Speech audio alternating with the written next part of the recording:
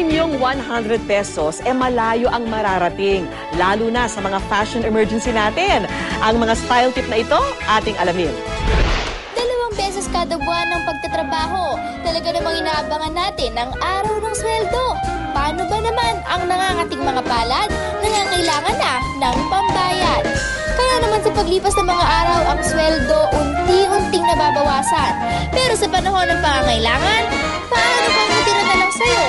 100 piso. Baya, may date kami mamaya.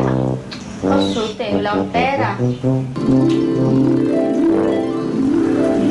Alam ko na. Kung fashion emergency ang problema, sa 100 piso, pwede kang maisalba.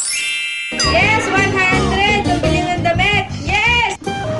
Sa bagsak presyo ng ilang shops makakahanap ng good finds. Dito sa Fairview may mga nagsulputang discount stores na present din sa ibang lugar. Basta't matyaga, meron ka ng maipangrarampa. Nakiuso sa floral fashion sa paldang ito na 30 pesos lang. Partneran ito ng plain white sando na 20 pesos at chic black bag na 40 pesos. Siguraduhin swak sa iyong figure ang size na binibili para makomplement ang inyong katawan. Ang bonus sa outfit na to, malayo ka may makakapareho ng suot. Sa complete outfit na to, may 10 piso ka pang sukli.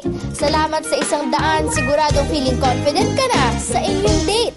Sa buhay estudyante naman, napakahalaga ng baong pera. Ma, pa, baon po.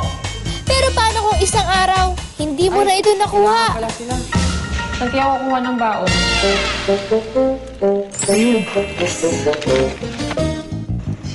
Sa 100 piso, wag maliitin dahil kaya ka na nitong buhayin. Para sa iyong baon, maghanap ng snack ng Triple M. Masustansya, masarap at mabigat sa tiyan. Tulad ng banana Q na siksik sa potassium. Sa halagang 10 pesos kada stick, ang 20 pesos na banana Q, pwede kang busugin. Siyempre, ang tubig na inumin mas nakamumura kung may dalang sariling lalagyanan dahil kada piso ay 250 ml lang. Ang iyong morning snack, 22 pesos ang total.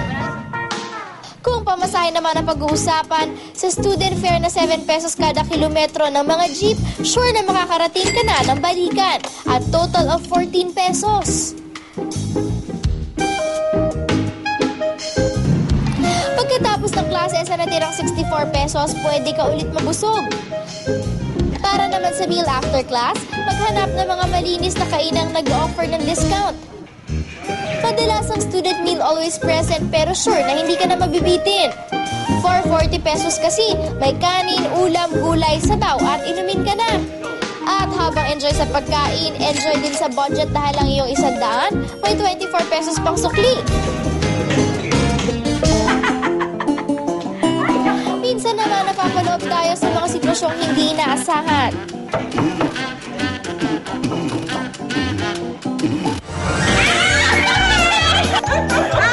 Heto na ang mga bisita na mahilig man sorpresa. Bakit biglaan naman nagdalaw niyo? Surprise! Dali lang. Kung habang mahirap lusutan ang sitwasyong ito sa 100, nakakagawa ka na ng paraan. Para sa instant at affordable snack na good for many, syempre, feeling social pa din kung popcorn ang ihahain. Pero ang popcorn na to, 20 pesos lang. Ikot lang ito sa 7 pesos na mantika at saka hintayin maluto. Pagkatapos ay pwede na itong lagyan ng cheese powder for flavoring na 25 pesos.